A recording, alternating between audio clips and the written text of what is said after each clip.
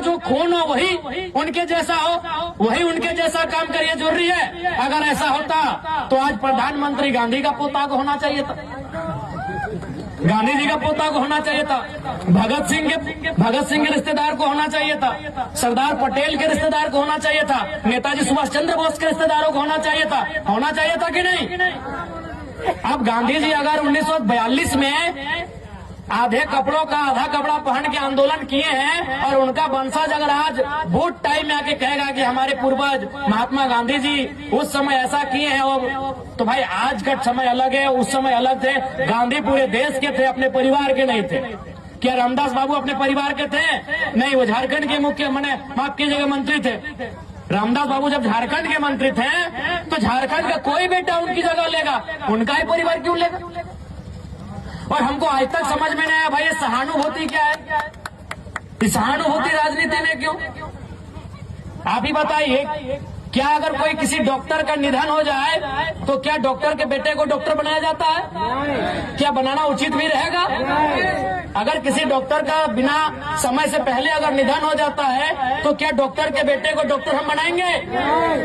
क्या टीचर का निधन होने पे टीचर के बेटे को टीचर बनाएंगे? क्या एसपी का बेटा एसपी बनता है? तो ये कौन सा पैटर्न है भाई कि विधायक का बेटा विधायक बने, सांसद का बेटा सांसद बने, मंत्री का बेटा मंत्री बने? आखिर ये कौन सा पैटर्न है?